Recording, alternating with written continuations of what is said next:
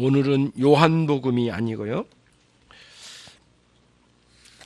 잠언 22장입니다. 주보를 항상 가지고 계시고요. 그리고 지난주에도 주보가 많이 남아있더라고요. 예, 주보가 숫자를 다 헤아려 보거든요. 몇 장 남았나 헤아보는데 주보가 너무 많이 남았어요. 왜냐하면은 오후 예배 때 하는 교리를 듣지 않기 때문에 그래요.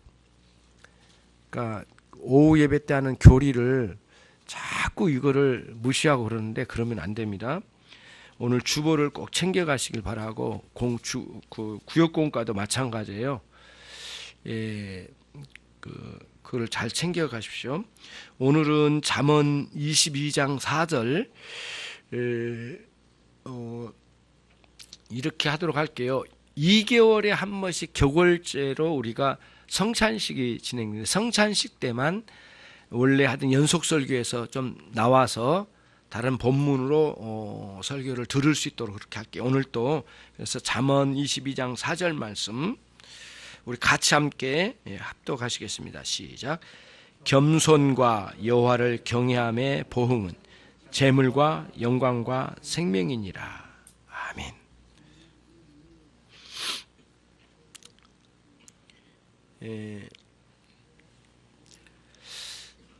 전도서의 마지막 장, 마지막 결론 부분에 솔로몬이 이 묵상과 궁구로 많은 잠언을 지었더라, 이런 말씀이 나와요. 그러면은 묵상은 뭐고 궁구는 뭐냐라고 하는 질문이 나와요. 그래서 이 그 잠언서와 같은 말씀을 궁구의 말씀이라고 합니다. 궁구의 말씀. 그런 궁구의 원리를 따라 지어진 말씀이에요. 자, 그러면은 묵상은 기본적으로 하나님께서 계시의 말씀으로 주신 내용을 우리가 생각하여 우리의 삶으로 이렇게 생각하여 마음에 담아내야 가지고 삶으로 적용하는 겁니다. 위로부터 아래로 이렇게 흘러가는 면이 있어요. 그러면 여러분 이제 하나님의 말씀을 위에 이렇게 흘려보내신데 이 땅에 있는 거는 하나님의 것이 아닌가? 그건 아니에요. 이 땅에 있는 모든 존재나 존재의 원리, 그 모든 관계의 원리나 이런 것들이 다 하나님께서 지어놓으신 것들이에요. 예.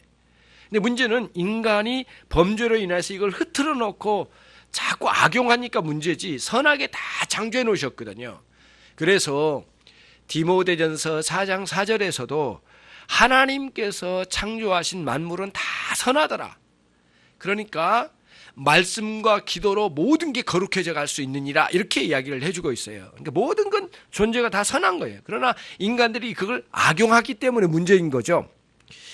그러면 이제 우선 하나님의 말씀, 계시의 말씀을 우리가 듣고 배우고 그걸 생각으로 가져가고 마음에 담아서 삶으로 적용해 나갑니다. 이렇게 사람들과의 관계, 물질을 사용하는 거나 내 모든 만물을 향한 나의 태도가 하나님의 말씀으로 묵상되어져서 적용해서 가는 거죠. 이게 신자의 원리잖아요.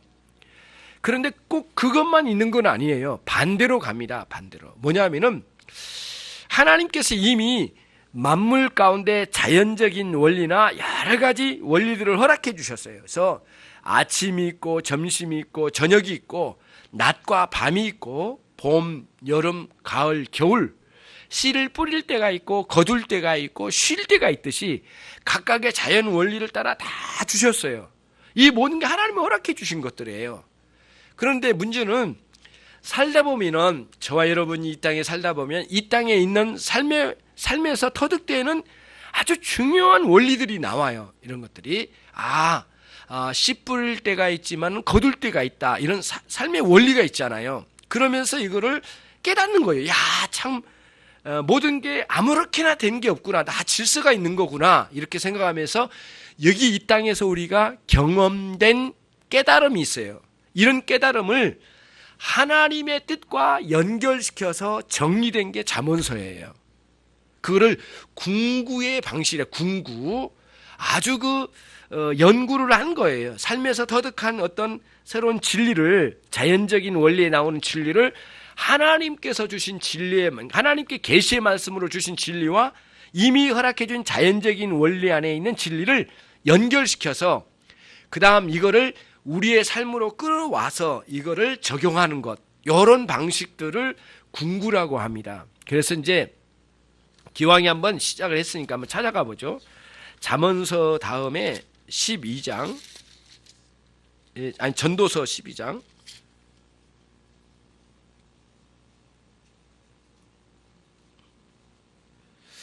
9절입니다. 같이 읽습니다. 전도자가 지혜로움으로 여전히 백성에게 지식을 가르쳤고 또 묵상하고 궁구하여 잠언을 많이 지었으며 그 다음 10절까지 전도자가 힘써 아름다운 말을 구하였나니 기록한 것은 정직하여 진리의 말씀이니라. 그러니까 묵상으로 또는 궁구로 이 두 가지 원리인데 이 모든 지어진 그 잠언 그러니까 이런 그 잠언들이 하나님의 말씀의 진리라는 거예요. 진리의 말씀이라는 거예요. 그걸 인정을 하는 거죠. 전도서에서 이제 이게 결론적으로 나온 건데. 그러니까 그런 원리예요. 그래서 잠언서의 원리를 지금 말씀드린 겁니다. 잠언은 이런 방식으로 기록되었다. 요거를 말씀. 그래서 잠언서를 읽으면은 와닿는 게 참 많아요. 왜냐하면은 삶에서 많이 터득했던 원리들이거든요. 그리고 만성이 조각조각 이렇게 쪼가리 흩어졌던 이런 그 진리들이 이렇게 조합이 돼가지고 잘 적용해서 아 맞다. 이게 이 잠언서가 그런 깨달음을 줘요. 생활과 굉장히 밀접한 내용들이 많아요. 그런 원리로 잠언서가 쓰여졌다라는 것을 먼저 이해를 하자는 거예요. 그러면서 이 본문으로 들어가는 거예요. 이제 잠언서 22장으로 다시 갑니다. 4절. 겸손과 여호와를 경외함의 보응은 이렇게 보응이라는 것은 어떤 보답으로 뭔가를 주신다는 거예요. 주어지게 된다는 거예요. 그러니까 우리가 인과응보라고 하잖아요. 그러니까 뭔가를 원인이 있으면 거기에 결과가 나온다. 그 원인에 맞게 결과가 나오는 법이다. 이 세상의 원리가 다 그렇다는 거예요. 그런데 여러분, 이제 우리가 신앙의 세계에서는 이게 다가 아니에요. 그러니까 뭔가 이렇게 원인을 넣으면은 결과가 나오더라 이렇게 하는데 인생이라는 게 다 그렇게 되는 게 아니야. 하나님 당신 자신이 우리 인생을 끌고 가실 때, 인도에 나가실 때에 우리는 이렇게 A란 걸 넣어서 A란 게 나올 줄 알았는데 안 나올 때가 있어요. 이게 뭐냐면은 하나님의 특별하게 우리를 인도하실 때가 있단 말이에요. 하나님의 주권적인 역사하심이 개입되는 거예요. 일반적인 원리는 보응이라는 원리가 있다 이거예요. 그래서 이게 맞단 말이에요. 일반적인 원리에서는. 그러나 우리는 이 보응의 원리 하나만 있는 것은 아니다. 오해하지 말라는 거죠. 예. 왜 그럴까요? A란 걸 넣으면 A란 게 A의 결과가 나올 것 같은데 하나님 특별하게 개입하셔서 우리 인생을 다른 곳으로 인도할 때가 한두 번이 아니에요. 나는 이쪽으로 가고 싶었는데 그렇게 안 되더라 이거예요. 그게 하나님의 아주 특별한 개입이에요. 개입. 당신의 백성을 향한 특별한 사랑을 가지고 오셔서 개입하신 거예요. 그래서 내가 너의 창조주다. 내가 너의 구속주다. 라고 하는 사실을 나타내실 때가 있단 말이에요. 그래서 인생이 나는 내 뜻대로 될 줄 알았더니 그게 되질 않은 게 한두 번이 아니에요. 예. 그리고는 내 인생을 나는 이 방향으로 갔지만 하나님 어느 순간 나를 여기까지 인도해 주신 것을 많이 경험하게 돼요. 그게 뭐냐면은 그거를 이제 단순한 인과응보적이고 뭔가 원인을 집어넣으면 결과가 그대로 나올 거라고 하는 그런 원리가 자연적인 원리예요. 그것도 하나님 주신 거예요. 그 원리가 기본적으로. 만약에 그것마저도 없다면 엄청난 혼란에 빠질 거예요. 그래서 일반적으로 그런 원리를 다 주셨지만은 그게 보응이라는 단어에 나오는 내용이에요. 그러나 우리는 거기에다가 하나 더 염두에 둬야 된다는 이 성경을 읽을 때 뭐냐면 하나님의 특별한 섭리의 개입이 있어요. 이 안에. 그래서 겸손과 여호와를 경외함의 결과로 하나님께서 특별하게 선물로 허락해 주신 게 있는데 그게 뭐냐면 재물과 영광과 생명이라는 거예요. 그러니까 앞에 부분이 겸손과 여호와를 경외함이 주어졌으면 반드시 뒤에 재물과 영광과 생명이 자동으로 나오더라. 그게 아니라는 거예요. 그렇게만 때로는 그거 안 주실 때도 있어요. 예, 오히려 고난으로 우리를 내려가실 때가 있어요. 참 놀라워요. 고난을 왜 이렇게 인도하신단 말이에요. 그래서 겸손과 여호와를 경외함 속에 있는데 재물은커녕 가난하게 되고 영광은커녕 비천하게 되고 생명은커녕 건강을 잃어버릴 때도 있단 말이에요. 하나님 그렇게 개입을 하셔요. 예, 그거를 여러분과 제가 인정을 해야 되는 이게 신앙이거든요. 그래서 이 잠언서가 틀렸다는 게 아니라 이 잠언서는 기본적으로 다른 66권의 하나님의 말씀과 이렇게 연결지어서 있는 잠언서지, 잠언서만 똑 띄워놓고 나머지는 다 포기하고 잠언서만 이렇게 갖는다면 이거는 성경을 대하는 태도는 아니거든요. 그래서 성경에 설교를 한다는 게 그게 어려운 것 같아요. 이 잠언서 하나를 본문을 두고 전체적으로 신구약을 전체의 사상을 가지고 잠언서로 들어갈 때는 보응이라는 단어를 단순히 원인과 결과의 관계로만 보는 단어로 보면은 오해되기가 쉽다 이거예요. 일반적인 원리는 많지만 우리는 하나님의 백성으로서 이 본문을 들어갈 때 남들은 그냥 보응적인 차원으로만 본다 이게 불신앙적으로 볼 때는. 그러나 우리는 거기에 보응 플러스 뭐가 있다고요? 더 윗단계로 하나님의 섭리적 개입이 있다. 그 원리를 우리가 가져야 된다는 거예요. 그래야만 보응이라는 의미가 잘 이제 어울려지는 거예요, 이게. 그런 의미로 해석이 돼야 된다는 것이죠. 하나님의 반드시 개입이 있어요. 예. 우리가 이렇게 살 줄 몰랐어요. 하나님 인도하시면 여기까지 인도하신 거예요. 예. 그런 원리로 이 본문을 읽어야만 잠언서의 이 말씀이 오해되지 않는다. 요거를 첫 번째 말씀드리면서 우선 겸손과 여호와입니다. 여호와를 경외함. 저와 여러분이 그 겸손이라고 하는 단어를 생각할 때 사람들 앞에서 겸손하게 태도를 취하는 것만 겸손이라고 말하면 여러분들이 많이 경험한 바에 의하고 저도 경험한 바지만은 그건 겸손이 아니란 것을 충분히 나 자신을 통해서 증거되고 타인을 통해서 많이 알아요. 이미 겉으로는 많이 겸손한 척하지만 뒤에서는 완전히 사람을 멸시하는 경우가 한두 번이 아니고 또 우리가 그렇게 당했고 또 우리 자신마저도 남들 앞에 겸손한 척했지만 뒤에서는 그 사람 멸시하고 그런 죄를 범하는 것이 한두 번이 아니었단 말이에요. 그래서 진정한 겸손이란 외향적으로 사람들 앞에 겸손한 척 하는 것이 겸손이 아니더라 이거예요. 그러면 여기서 말씀하고 있는 겸손은 뭐냐라는 거예요. 그래서 가운데 나와 있는 여호와 앞에서의 겸손이에요. 여호와를 경외함과 겸손은 한 짝을 이루고 관계가 아주 가까워요. 사실은 여호와를 경외함과 겸손은 하나로 이끌어진 거거든요. 항상 같은 의미로 이렇게 묶여져 있어요. 항상 가깝게 쓰여져요. 그럼 겸손은 무엇이냐? 그러면 뭐냐면은 하나님 앞에서 이 죄인이 철저하게 이렇게 낮아지는 거예요. 하나님 앞에서 낮아짐이에요. 겉으로는 여러분 굉장히 사람들 앞에 겸손한 척하지만 예수의 예자만 나와도 막 입에 거품을 물고 욕한 사람 봤어요. 악을 품고 덤벼들더라고요. 그런 사람이 있거든 실제로. 그러나 막 사람들에게는 정말 인정을 많이 받아요. 막 그래가지고 겸손한 척 막 무릎을 꿇고 그러다가도 예수 그리스도에 대해서 복음 증거만 나오면 막 악을 품고 하는 덤벼든 사람도 봤다니까요. 예. 농어촌 전도하면서 그걸 많이 봤거든요. 정말 동네에서는 최고로 호인이래 이분이. 동네 유지면서 호인이래. 그런데 복음을 가지고 가는 데서 막 덤벼들으시는데 뭐 장난이 아니에요. 예, 막 욕도 하고 막 그러더라고요. 예, 그런데 아주 그 상상을 초월할 정도로 막 어떤 사람은 막 낫을 들고 막 협박한 사람도 있었으니까. 시골 하면 낫 있잖아요. 낫을 들고 막 우들 앞에서 땅을 막 찍으면서 빨리 나가라고 막 이런 식으로. 그래서 전혀 예의를 갖추면서 일체 예의를 갖추면서 하도록 했지만 소용없어요. 그냥 무조건 주님을 향한 예수님을 향한 이 악을 품는 데는 막 대단해요. 무슨 뜻이냐면은 겸손이란 아무리 외향적으로 사람들을 겸손한 척해도 사실 진정한 겸손이라고 말할 수 없다. 뭐냐면은 하나님 앞에 진정으로 회개하여 깨트려진 사람들이 하나님이 높으시고 우리 주님은 높으시고 나는 낮은 존재라는 사실을 깨닫고 그 안에서 깨트려지는 그러한 낮아짐을 말하는 겁니다. 겸손이.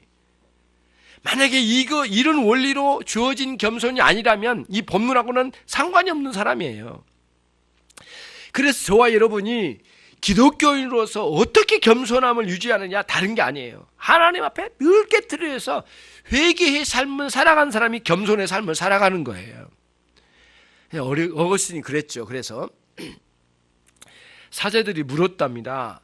선생님, 어거스틴 선생님, 그 기독교의 덕목 3가지만 이렇게 찝어서 준다면 3가지만 좀 가르쳐 주십시오. 기독교 덕목 3가지. 중요한 3가지만 알려주십시오. 그랬더니 어거스틴이 지체 없이 대답을 했답니다. 첫 번째가 무엇보다도 겸손이다. 그리고 두 번째는 바로 뒤따라온 건데 그것 또한 겸손이다. 마지막 3번째야말로 정말 중요한데 그것도 겸손이다. 기독교는 전적 겸손이래요. 이게 뭐냐면은 단순히 사람들 앞에 겸손한 척하는 게 아니에요. 그것도 겸손한 태도를 보여준 것도 중요하지만 내면에서 하나님이 높으시고 그 광대하신 하나님 앞에 이 낮고 이 지렁이만큼이나 작은 존재로 인식하면서 하나님 앞에 가는 거예요. 근데 이때의 인식은 파괴적인 자기 낮아짐이 아닙니다. 예. 하나님의 자녀라고 하는 영광스러운 존재예요. 그걸 인식 없이 그냥 나는 못난 놈, 난 작은 놈 그런 뜻이 아니에요. 예. 그거는 하나님을 향한 원망하는 태도거든요. 그게 오히려 나는 작은 놈, 나는 못난 놈, 나 같은 놈은 살 필요가 없는 놈 이런 식으로 생각하는 파괴적인 그런 식으로 말하는 것은 오히려 하나님을 향하여 원망, 대적 그런 식으로 나간 겁니다. 사실은 오히려 교만한 자세입니다. 절대 겸손한 마음의 태도가 아니에요. 그런데 복음적으로 주님 앞에 회개하여 깨트려지면서 내가 얼마나 큰 죄인인가를 인식하면서도 동시에 하나가 있는데 나는 하나님의 자녀, 그럼에도 불구하고 하나님의 자녀로 삼아주심에 대한 감사와 찬양이 내 안에 가득한 상태예요. 그러면서 낮아지는 거죠. 요 원리를 잘 여러분들이 가져가는 게 회개의 원리예요. 회개 없는 신앙생활은 신앙생활이 아니라고 말해야 돼요. 우리들이 여러분들이 이제 한번 되돌아보면은 정말 내가 신앙이 좋은 때가 언제냐라고 물으면 스스로를 쳐다보면은 회개할 때입니다. 회개에 눈물이 없는 신앙생활은 올바른 신앙생활이 결코 아닙니다.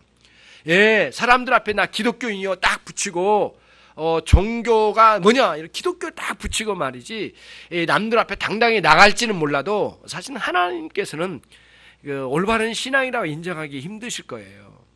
그렇다 하나님 버리는 존재는 아니지만은 저와 여러분들이 신앙의 능력은 어디로부터 오냐? 반드시 회개예요.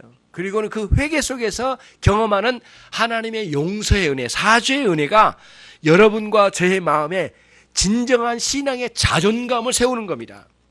만약에 이런 회개를 통하여 하나님의 자녀됨이 확증되지 않는 자존감으로 간다. 이거는 육적인 자존감이에요. 육적인 자존감은 자꾸 자기를 내세운 거거든요. 야망을 따라서 살아요. 자기 꿈이에요. 하나님을 향한 소망 아니에요. 그거는. 그러니까 그런 비전은 의미가 없는 거거든요. 사실은.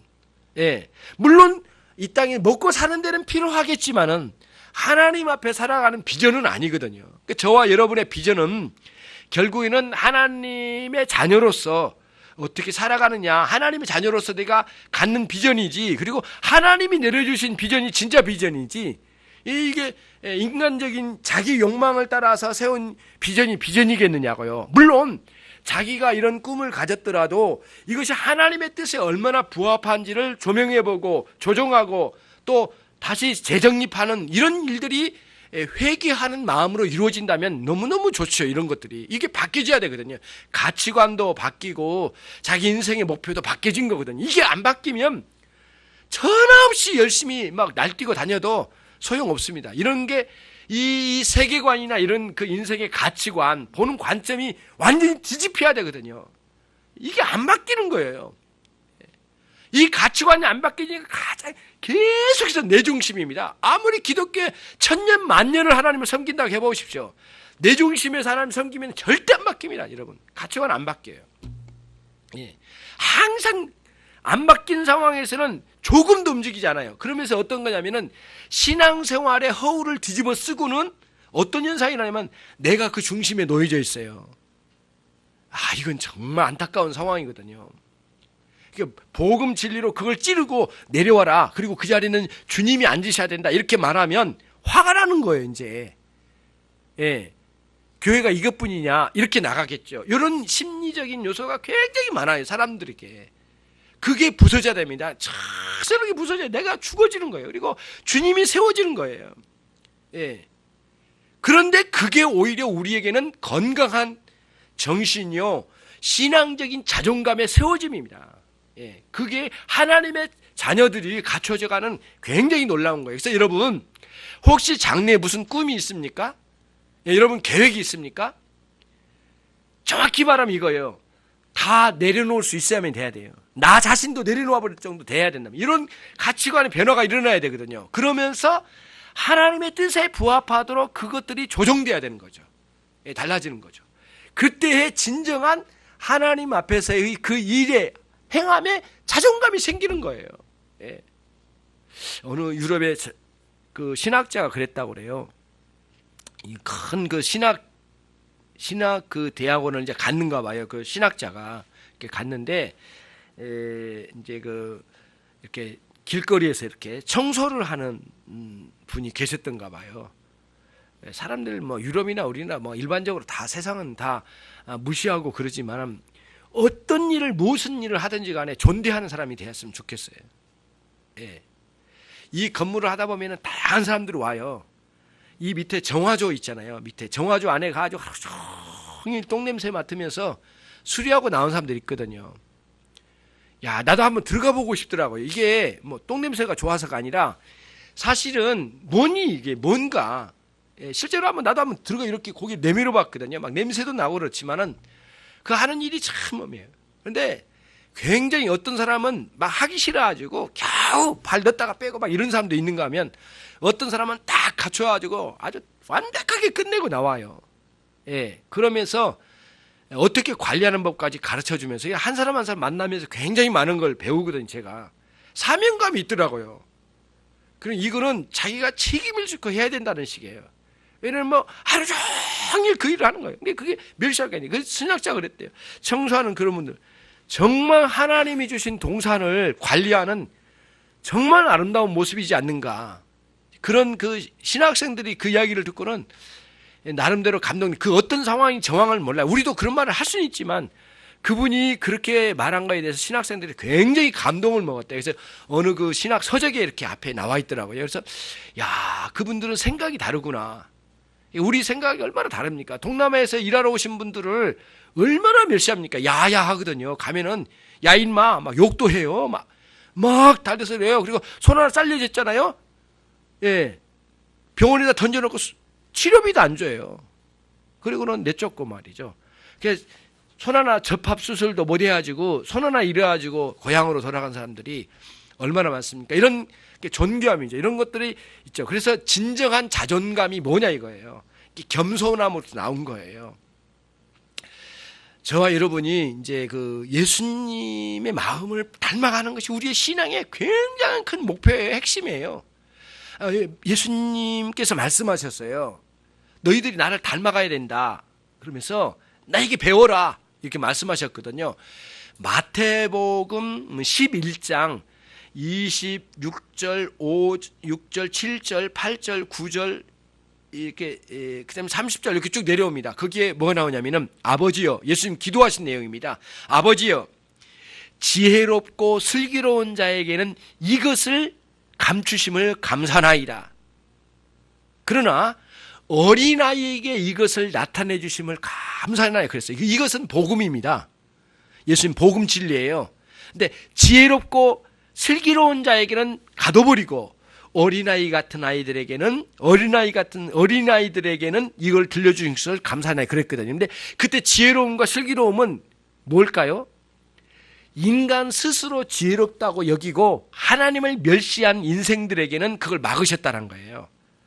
스스로 슬기롭기 때문에 하나님의 슬기로운 진리가 필요 없다고 생각하는 사람에게는 가둬버리대요. 감췄대요. 그래서 그거 감사하대요. 그리고는 어린아이처럼 나는 낮고 늘 배워야 되겠고 늘 얻어야 되겠고 의존하지 않으면 못 견디는 게 어린아이거든요. 어른 부모님에게 의존되지 않으면 못 살아요. 하루도. 그게 부모 없으면 얼마나 불안합니까 애들이. 그렇잖아요. 엄마를 맨날 찾지만은요 그 심리가 있는 거거든요. 엄마 많이 찾는다고 너무 귀찮아하면 안 돼요. 예. 자기가 나놓고도 왜 이렇게 애들은 나만 찾는지 모르겠다. 그럴 게 아니라 이게 원리 맞는 거 이게. 우리도 그랬거든요. 사실은. 그래서 이제 그런 기대는 거거든요. 예수님 말씀하신 거예요. 어린아이들에게 이것을 이 복음진리를 허락해 주심을 감사하나이다. 이렇게 말씀하시고 바로 이어서 이제 28절에 수고하고 무거운 짐진 자들, 인생들이 다 수고하고 무거운 짐에 다 눌려 있잖아요. 내게로 오라 내가 너희를 쉬게 하리라. 그리고 말씀하시고 너희는 내게 와서 내 마음을 배우라. 내 마음은 다른 게 아니다. 뭐라고 했어요? 겸손과 온유함이니 내게 배우면 쉼을 얻으리라. 그러니까 오늘 말씀이 진짜 겸손의 원리가 예수님의 원리예요. 예, 예수님의 원리예요. 예수님의 마음의 핵심 부분에는 겸손과 온유가 있으시대요. 예수님 반대쪽에 있는 사람을 생각해 보면은 좀 생각이 입체적으로 생각되는데 이 바리새인과 서기관들은 겸손이란 찾아볼 수가 없어요. 그런데 사람들 앞에서 엄청나게 겸손해요. 예. 예. 그리고 유대인들의 랍비들을 걸어가는 거 보세요. 손 올리는 각도까지 다르답니다. 예. 일체 이렇게 아주 뭐 하나 흐트러짐 없이 완벽하게 걸으면서요. 사람들 앞에 겸손도 갖춰가겠지만은 겉으로는 어쩔지 모르지만은 그래서 예수님 말씀하시잖아요. 복음서에 보면은 이렇게 손을 들고 바리새인들이 기도하는 거예요. 하나님 아버지 저 죄인들 저 평민들 저 가난뱅이들을 같이 우리를 두지 않으시고 우리 부자 되게 하시고 종교 지도자 되게 하시고 이렇게 하게 하심을 감사하나이다 그랬대요. 그리고 아버지요 저 불쌍한 인생들을 저렇게 버려두시고 우리는 버리지 않음을 감사하나이다 소리를 지르면서 막 기도를 하고 있는 거예요. 예, 그러면서 아버지야 뭐를 구하고 있는 거예요. 그때 예수님께서 말씀하셨어요. 저들 스스로 잘났고 스스로가 상을 이미 받았느니라. 하나님으로부터 상급이 없느니라. 다시 말하면 지 스스로 종교 활동이지 하나님과 관계없는 활동이다. 그러니까 하나님의 상급 없다고 그러셨어요. 예. 그리고는 낮고 천한 죄인들, 장기들을 만나주시고 그들에게 회개의 역사가 있기를 바라는 마음으로 주님 만나셨어요. 굉장히 놀라운 겸손의 원리거든요. 예. 우리 인카네이션의 원리, 다시 말하면 성육신의 원리라고 하거든요. 하늘의 영광을 버리고 낮은 인간의 몸으로 내려오심. 인카네이션의 정신이 참 중요해요. 그러니까 회사를 다닐 때나 뭐를 할 때나 생활의 원리 안에 낮아지는 거예요, 내가. 예. 하청업체에 오면은 사람들 어떻게 보면은 굉장히 나는 뭐 대기업에 다니고 나는 큰 회사에 다니고 나는 좋은 회사 다니는데 하청업체에서 온 사람들 있잖아요. 얼마나 많은 사람들이 멸시합니까, 사실은. 예, 막 욕도 하고 말이죠. 막 멸시하고 뭐 그런 식으로 가니까. 그럼에도 그들을 정말 대할 수 있는 겸손의 원리를 가지고 간다는 게 얼마나 중요한지 몰라요. 예. 경외심입니다. 경외심은 이제 이 겸손은 회개 없이는 안 돼요. 그래서 경외심은 하나님을 두려워하고 사랑하는 마음인데 거기에서 나오는 겸손이고 겸손한 자는 반드시 경외심 없는 겸손함이 있을 수도 없고 아무리 겸손한 경외심을 폼을 잡는다 하더라도 겸손 없는 경외심이나 있지 않거든요. 그러니까 두 가지가 같이 가는 거예요. 하나님께 낮아지고 낮아지는 거죠. 두렵고 떨리는 마음으로 주님 앞에 엎드려진 거예요. 두 가지 원리로 이제 가는 거예요. 그때에 하나님 우리에게 여기서는 보응이라고 됐지만 조금 더 가면 하나님 우리에게 선물로 상급으로 내려주신 원리를 따라 주신다는 거예요. 그 세 가지가 오늘 이제 내용이 나오거든요. 첫 번째는 재물이에요. 재물, 영광, 생명 세 가지입니다. 그러면 이제 여러분 이럴 거예요. 하나님께서 만약에 문자 그대로만 보면 우리가 신앙생활 잘하면 겸손하고 경외심을 가지고 산다면 재물도 주시고 영광도 주시고 생명도 주시겠구나. 이 세 가지는 인생의 세 가지에 가장 필요로 한 겁니다. 사실은 가장 필요로 해요. 그리고 다 필요가 아니라 그 이상을 가지고 해요. 모두 재물과 영광과 생명에 매여 있습니다. 모든 일반 사람들이. 근데 그거 하나님이 주신 선물입니다. 우리도 그 선물을 누리고 있고요. 그리고 인간들은 여기에 우상화됐어요. 이게 그래가지고 어느 정도냐면은 오늘날 생명, 건강 때문에 주님까지 버릴 작정을 하고 있는 시대예요. 건강을 위해서는 다 버려도 된다는 거예요. 그 정도로까지 엄청나게 건강에 매달리는 시대가 됐어요. 영광, 높은 지위에 오르고 남들의 추앙받기를 얼마나 좋아합니까? 사람들이 높은 지위에 있고 인정받고 싶고, 남들이 인정 안 해주면 못 살고, 인정 안 해주니까 자살하고 싶고, 이런 시대가 돼버린 거예요. 그런 시대거든요. 그 다음에 재물이야말로 말로 표현할 수 없을 정도로 재물에 매여 있는 거거든요.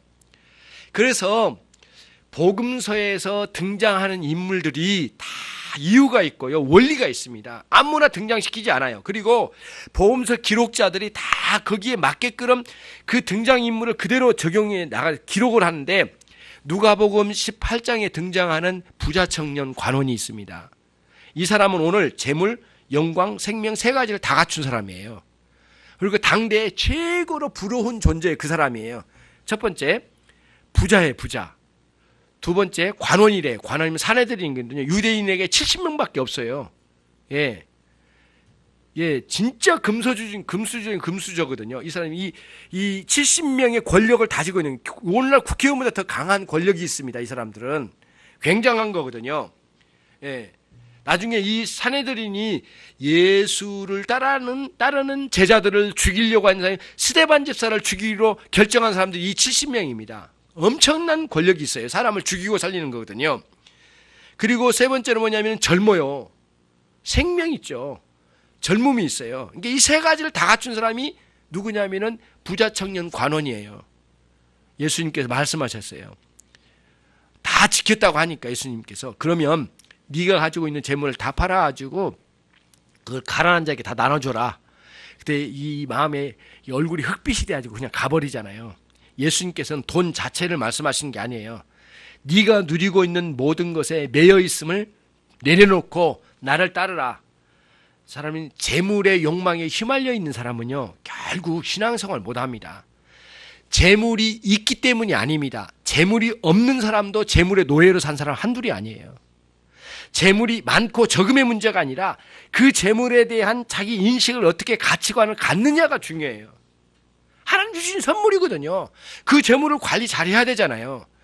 재물의 많고 적음의 문제가 아니라 재물에 대하여 어떤 마음의 태도를, 가치관을 갖느냐에 따라서 어떤 사람은 재물을 다스릴 줄 아는 사람이 있고, 어떤 사람은 재물에 끌려다니는 노예 생활하는 사람이 많아요. 이 원리를 잘 여러분들이 잘 생각을 해야 됩니다. 그런 차원에서 오늘 재물이라는 문제 있거든요. 먼저 재물을 보면 여호와를 진정으로 경외하고 하나님께 깨어지고 부서지면서 회개하는 삶으로 겸손한 사람이 이 땅에 있는 재물에서만 재물만 노리고 재물만 추구하며 살겠느냐고요. 절대 그렇지 않아요. 진정으로 재물을 재물답게 누리려면 하나님과 나 사이에 재물에 비유될 수 있는 영적인 풍요로움이 내재되지 않으면 재물을 재물답게 쓸 수가 없단 말이에요. 아무도 못 가져가요. 예. 언젠가는 어떤 목사님이 이런 강의를 하시더라고요. 의사 선생님인데 목회자가 됐더라고요. 그분이 강의하시면서 인간들은 처음에 올 때하고 마지막 갈 때는 평준화된대요. 다 빨개 벗고 아무것도 안 가지고 온대. 응애하고 온대. 예. 와서 보니까 뭐 금수저 있고 흙수저가 있겠지만 살다가 나중에 하나님께서 딱 종칠 때는 아무것도 없이 다 관속으로 다 썩어가지고 뭉그러진대요. 이쪽과 이쪽이 다 평준화된 거래요. 근데 이 기간 동안 우리에게 주신 이런 재물과 영광과 생명을 어떻게 누리면서 하나님께 반응하며 사느냐가 중요하다는 거예요. 요게 이제 우리들. 그래서 그 천국 백성으로 살아가는 삶의 원리를 거기서 터득해야 되거든요. 그리고 천성으로 가서 천국 백성으로 영원한 영생을 누려가는 삶으로 가는 건데, 사람들은 이제 그런 거예요. 그래서 재물에 대한 태도를 어떻게 갖느냐가 굉장히 중요해요. 예. 그 재물 자체를 멸시하는 것은 기독교 정신은 아니에요. 예, 실제로 그 기독교 역사 이런 게 있어요. 유럽에 엄청난 부자였대요. 뭐 오늘날로 말하면 이 삼성전자의 회장 정도 되는 그런 부자였다고 그래요. 엄청난 갑부였다. 유럽의 부자니까. 당대 아주 오래된 이야기인데 이 사람이 예수님을 만났어요. 그래서 이제 예수님을 신앙생활했는데 이게 제대로 배운 것 같지는 않아요. 그래가지고 자기 재산을 배에다가 다 실어가지고 그걸 가지고 왔답니다. 큰 배에 싣고 가지고 다 때리 실어가지고 엄청난 돈을 가지고 그걸 바다에다 던지면서 나는 예수님 잘 믿겠다고 하면 던지더래요. 요게 신앙이 아니에요. 그러니까 문자적으로 재물을 버리는 개념이 아니고요. 재물에 대한 어떤 태도를 가지고 하나님께 헌신하면서 사느냐의 가치관의 문제예요. 그러니까 어떤 사람은 똑같은 금액을 가지고 노예생활, 재물의 노예생활을 하는 사람이 있는가 하면 어떤 사람은 똑같은 재물을 가지고 그걸 다스려가면서 하나님 뜻대로 풀어내는 사람이 있는 거예요. 그래서 칼빈 선생님의 이야기가 맞는 것 같아요. 우리에게 주신 모든 여건은 향유하면서 아름답게 누려라. 그러나 절제와 질서 가운데 누려야만 진정으로 그걸 누릴 수 있느니라. 그렇지 않으면 너희들이 그 생활의 노예가 될 거다. 그 물질에 대해서. 그런 차원에서 여기서 재물이라고 했지만 영적인 풍요로움, 주님 말씀하셨잖아요. 내가 이 땅에 온 것은 양들로 하여금 생명을 얻고 풍성하게 하려 함이니라. 말씀하심 속에 영적인 풍성함을 누리게 하게 우리 주님 오셨어요. 또 우리가 그걸 누리고 있어요. 그런 영혼의 풍요로움 가운데 이 재물을 활용하는 정신을 갖는 거죠. 제대로 된 정신을, 질서를 가지고 절제하고, 예, 그런 원리를 터득하는 거예요. 예, 그런 거거든요. 돈을 써도 좀 제대로 한번 써보고, 예, 그런 거거든요. 어떤 사람은 막 아끼는 것만 최고라는데 그것도 아니야. 또 막 베푸는 건 그것도 전부는 아니야. 하나님 뜻 안에서 어떻게 활용하느냐가 굉장히 중요해요. 로이존슨 목사님의 글에 보니까 얘기했더라고요. 나는 단 한 번도 노숙자들에게 돈은 준 적이 없다. 거지들에게. 밥을 먹여서 보내고 그들에게 일을 하라고 촉구하고 때로는 야단쳐서 보냈다. 돈은 일체 안 줬대요. 그것은 죄악이다. 이렇게 이야기하고요.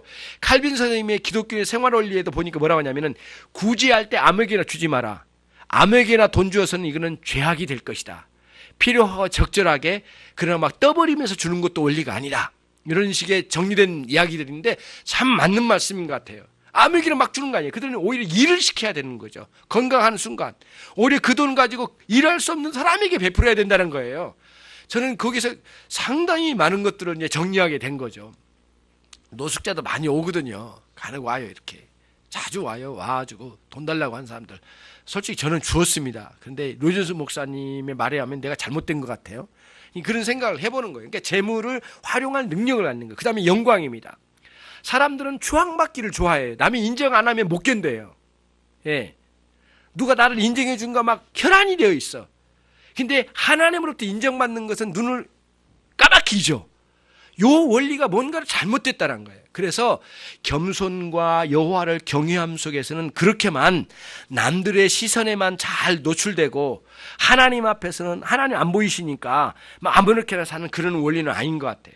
그래서 여기서 영광은 하나님이 내가 하나님의 자녀라는 사실. 그래서 요한복음 1장 12절에 영접하는 자 곧 나를 믿는 자들에게는 하나님의 자녀에 대한 권세를 주셨느니라. 이렇게 하나님의 자녀된 영광스러움이 뭔지를 아는 사람들이, 남들이 혹시 인정하지 않더라도 또는 남들처럼 이렇게 막 그 사람들에게 추앙받기를 좋아하고 들떠가지고 살아가는 것이 아니라 남들이 인정하지 않더라도 내가 하나님 앞에서 일을 잘 추려나가는 이런 원리가 중요하다는 거죠.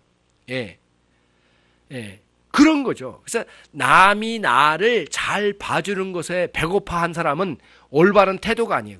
그건 신앙의 원리에서 나온 게 아니기 때문에 잘 우리 자신들을 돌아봐야 되겠어. 세 번째, 생명이니라. 여러분, 영생의 원리가 없이 건강만 찾아간다면 그 무슨 뜻이 있겠어요? 무슨 의미가 있겠느냐고요. 예. 나중에 언젠가는 송장으로 갈 사람은 다 뭉그러지고, 예, 우리 영혼이 하늘나라로 가는 것을 크게 소망 가지고 가는 것이 이 대원리지. 만약에 그런 거 다 포기해버리고 다 뭉그러뜨려 놓고 건강만 챙겨가지고 오래 살면 뭐 하냐고요. 그래서 내 부모를 공경하라. 그러면 내가 준 땅에서 장수하리라 이 말씀 있잖아요. 이 말씀을 해석하는 그 논쟁이 많아요, 사실은. 그렇잖아요. 솔직히 효도 잘한 사람이 오래 살았다라고 하는 증거가 어디 있습니까? 예, 100%. 어떤 효도한 사람이 일찍 죽은 사람은 한둘이 아니에요, 또. 그러면 이게 뭐냐, 이게. 그래서 그러니까 내 부모를 공경하려면 내가 준 네 땅에서 장수하리라 이런 말씀에 이 장수의 원리가 뭐냐라고 할 때 가치의 원리로 봐야 된다는 거예요. 장수. 가치적인 의미에서 단 하루를 더 살더라도, 예, 효자답고, 그리고 그 부모로부터 여호와의 신앙이 전수됐거든요. 그 당시에는. 그러니까 그 신앙이 있고 그 효도가 있는 거예요. 그러니까 내 부모를 공경하는 그 통념이 뭐가 있냐면은 여호와의 신앙이 흐르고 있고 부모에 대한 공경심이 있고 위로부터 나오는 권위에 승복하는 원리를 따라 살아가는 아름다운 신자의 삶이가 있는 거예요. 그 통로 속에는 그게 있는 거거든요. 부모를 공경함이. 그래서 결국은 보니까 오래 사는 것 아니야. 어떤 사람 일찍도 죽어. 그렇잖아요. 그러나 단 하루를 살더라도 가치로운 생명 연장이 있다는 거예요. 하루를 살더라도 그게 가치가 있어야지 만년 천년을 살아봤자 무슨 소용이 있겠느냐 이거예요. 그런 불효자. 그다음에 그 불효를 하다 보니까 유대인의 입장에서는 신앙이 없는 것이거든요. 불효는 신앙 없는 걸 전제로 한 겁니다. 불효는 공경함 없으면 그런 원리예요. 그러니까 우리의 생명을 누린다면 장수하면 뭐하고 건강하면 뭐하냐. 영생 없이 여호와 없이 그리스도 없이, 예, 영혼은 죽어 있으면서 육체적으로 건강하면 뭐하냐 이거죠. 그럼 우리 건강을 포기하고 다 버려버리고 그냥 영적으로만 뭔 유익을 얻겠다? 그거 아니. 즉 못 들어오게 해야죠. 아니 형제가 못 들어오게 해야지. 가까이 있으니까. 그런 원리거든요. 그래서 이제 여러분 정말 여러분들이 그런 원리를 따라서 이제 사는 거예요. 그래서 오늘 본문을 볼 때 겸손과 여호와를 경외함이라는 이 대전제가 있고, 그 다음에 단순한 보응이 아니라 하나님 선물로 우리에게 주신 재물과 영광과 생명이라는 세 가지 중요한 요소가 있어요. 이게 선물이 주셨어요. 이 선물을 잘 관리해야 돼요. 예, 여러분이 누구에게 선물을 줬는데 받는 둥 마는 둥, 그 다음에 받아가지고 툭 던져놔봐요. 있을 수 없는 거거든요. 예. 제가 여러분 신방을 하면서 크게 내가 모욕을 받은 적이 있습니다. 여러분 정말 조심해야 돼요.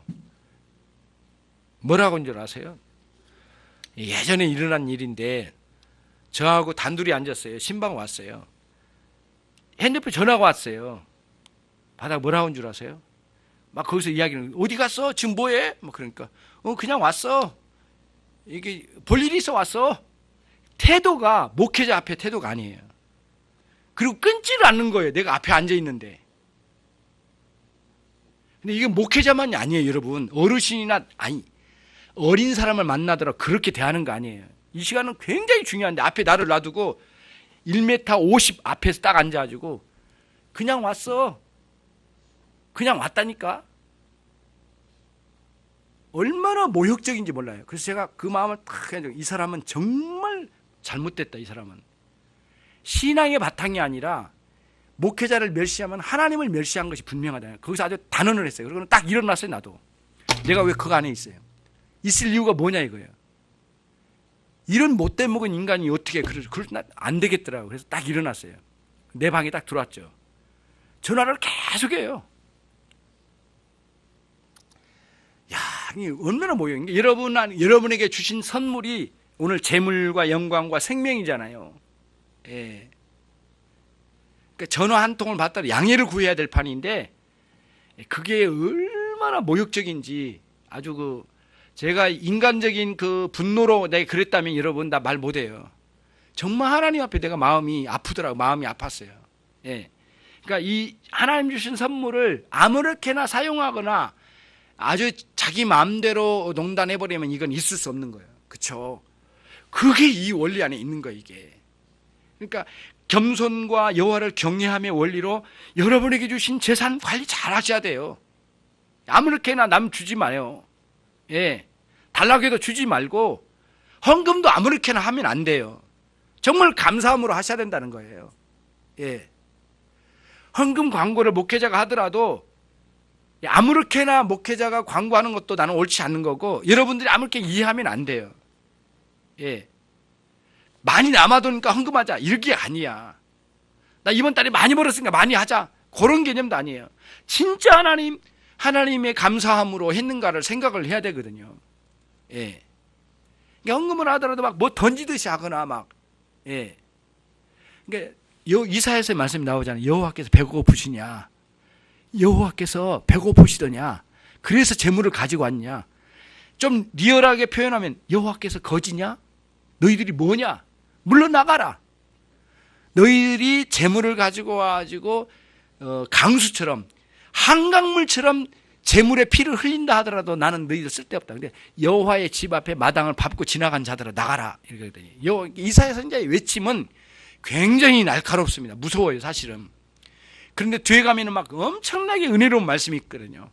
저와 여러분에게 주신 이 선물, 재물이나 영광이나 생명, 이거를 잘 관리하고 최선을 다하되 항상 겸손과 여호와를 경외함의 기초 위에 이걸 관리해서 가치롭게 쓰자고요. 우리 한 번 살다 가는 거, 하나님 주신 이 놀라운 이 하나님의 자녀로서 사니까 그런 원리를 따라서 여러분과 제가 하나님 앞에 살아가야 되겠어요. 이 본문을 제 나름대로 이제 잠언서의 말씀 굉장히 은혜롭게 많이 생각하고 또 생각하고 하면서 이 부분들을 같이 나누게 돼서 너무 감사하고요. 잠언서를 잘못하면 오해될 것 같아서 참 설교하기가 참 쉽지를 않아요, 이 부분이. 인간적인 원리로만 되어 있는 것 같은 느낌이 막 올 때가 있으니까, 보응이란 게 용어 자체가 또 그렇지 않습니까? 원어로 가보니까 보응 그대로더라고요. 근데 66권의 정신으로 같이 들어가 보면 보응 자체만이 아니라 그 위에 뭐 하나님의 특별한 선물의 개념이 있다. 하나님 특별한 개입으로 선물의 개념이 있다. 이런 원리를 따라 사는 거죠. 일생 우리 겸손과 경외심의 원리로 살아갑시다. 그러면 정말 예배자가 예배자답게 되고 또 선물을 주신 그 하나님의 자녀답게 사는 그런 삶의 원리를 따라서 사는 것이 여러분께 끊이지 않기를 주님의 이름으로 축원합니다. 기도하겠습니다. 하나님 아버지 감사합니다. 종들에게 오늘 잠언서 22장 4절의 말씀의 원리를 따라 살게 해 주옵소서. 하나님 아버지, 늘 겸손과 하나님 여호와 하나님을 경외하는 마음의 태도로 살아가도록 이끌어 주시옵소서. 예수 그리스도의 이름으로 기도 올리옵나이다. 아멘.